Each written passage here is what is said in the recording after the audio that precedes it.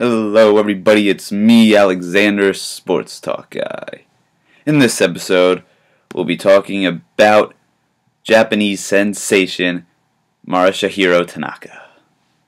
There's a sweepstakes going on for him. He's a baseball player, he's a pitcher in the Japanese league. And can he become successful? Maybe. Let's talk about him. First off, I want to talk about where, in my mind, he fits best and where I think he'll go.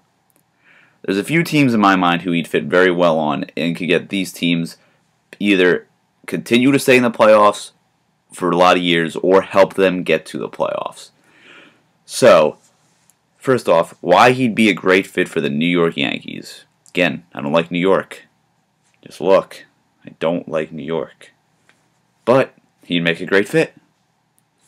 The Yankees, who missed the playoffs last year for the first time in a long time, ended up doing a lot of re-signing and I shouldn't say re-signing, free agent pickups this offseason while dumping Robinson Cano off. But I'll talk about him in another video that I might have planned.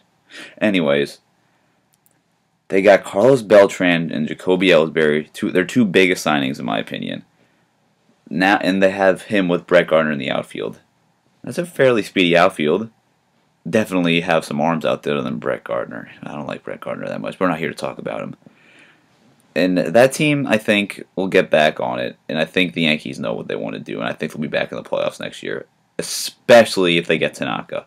That's the Yankees' weak point. Even last year, they were a bad team just mostly all around, but now they'll have their captain Jeter back, and you'll have this new lineup, I guess you could say, for the most part. You'll have a healthier roster.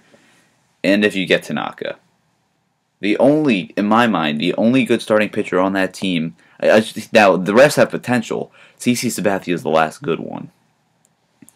And Tanaka could come in and be the pitcher they need him to be.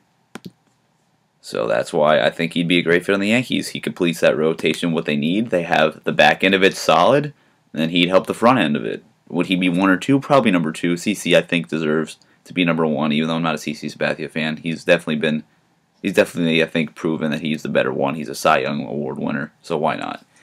Anyways, next on to the Los Angeles Dodgers.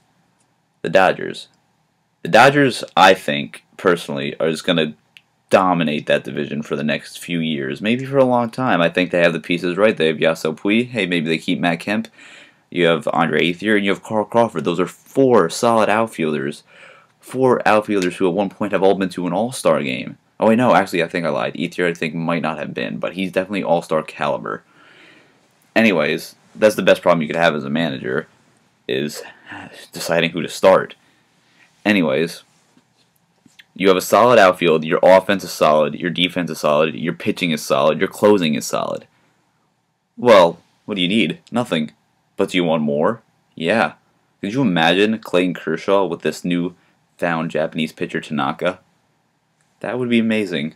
Especially Clayton Kershaw just got that 7-year deal worth $215 million, making him the highest paid player annually in MLB history. He'll be making roughly $30 million a year. That's more than anyone ever. Anyways, on to my next team, who I think Tanaka would fit perfectly for. The San Francisco Giants. The Giants. As of right now, let's see, they've won the World Series in 2010 and they won in 2012. That's every other year as of right now. And let's think about it. Was 2014 their year to come back again? That in-between year where they missed the playoffs, they did miss it. So they won the World Series, missed the playoffs, won the World Series, missed the playoffs. Is it this year, their year again? Maybe. In my mind, they're the only team in that division that can compete with the Dodgers. They have the tools. They have the offense in my mind. Their pitching was down this year, but let's be honest. These guys, you got Matt Cain, you got Tim Lincecum, you got Madison Bumgarner, you have Ryan Vogelshlong. That's a solid rotation. These guys all at one point were top. I mean, some of them may have fallen out of their prime a little bit. Tim Lincecum, certainly, what the heck happened to him? Fell off the face of the earth. Anyways, now you get Tanaka, and then you have what arguably is the best now pitching rotation in baseball if you add him to that team. And, of course, you got to get back into it, feel the flow again. So, in my mind, that would help that rotation a lot. And on to my fourth and final team, who I think Tanaka can make a lot better, where I think he should go, Well, these are 4 teams where I think he should go and think about the Seattle Mariners. Now, the question is, do the Mariners have the cap space after that huge Robinson Cano deal to get him? Maybe, because all their other players are so low, other than Felix Hernandez, who's one of the highest paid pitchers in baseball. I think second highest now that Clayton Kershaw just got his new deal.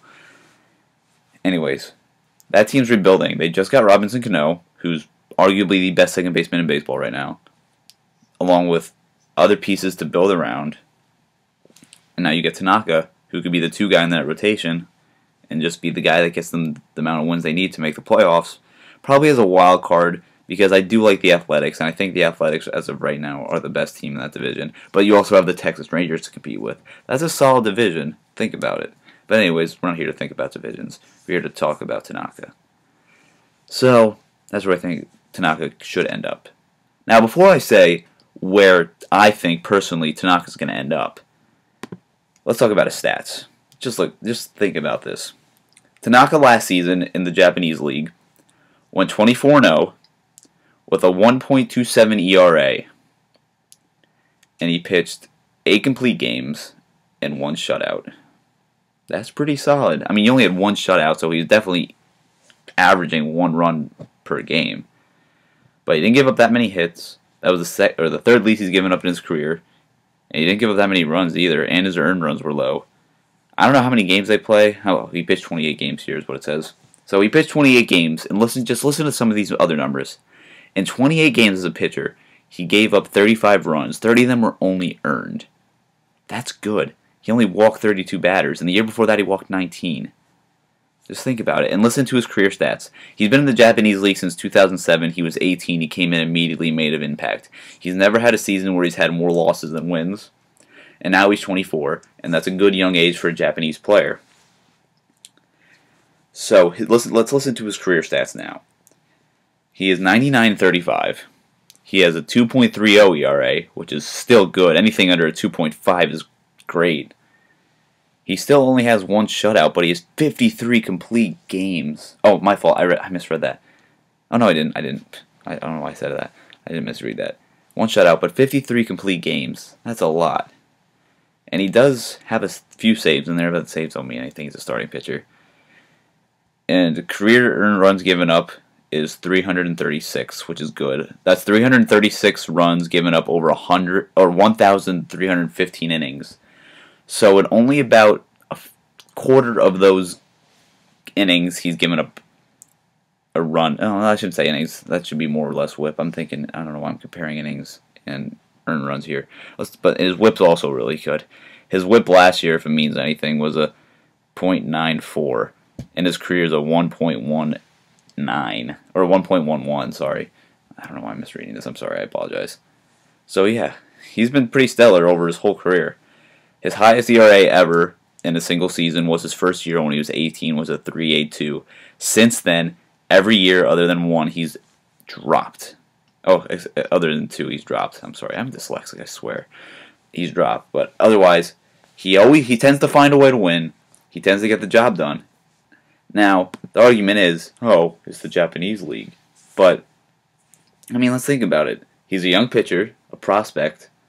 The Japanese League, they say, it's better than AAA, but worse than the MLB. So he's right there. He's ready to go. I think he's game ready for MLB. I mean, look at Yu Darvish. Had a rough first year. Definitely had a better second year. There's certainly guys, though, who came from Japan, whatever position they were, whether they're a pitcher or fielder, who definitely busted. Like Daisuke Matsuzaka, that's a bust and a half. But then you have guys like Ichiro Suzuki, who's made a great career, and he kind of deserves a World Series, even though he's never going to get one. Even though in his career is almost over. I mean, maybe he has a chance. He's still, still there.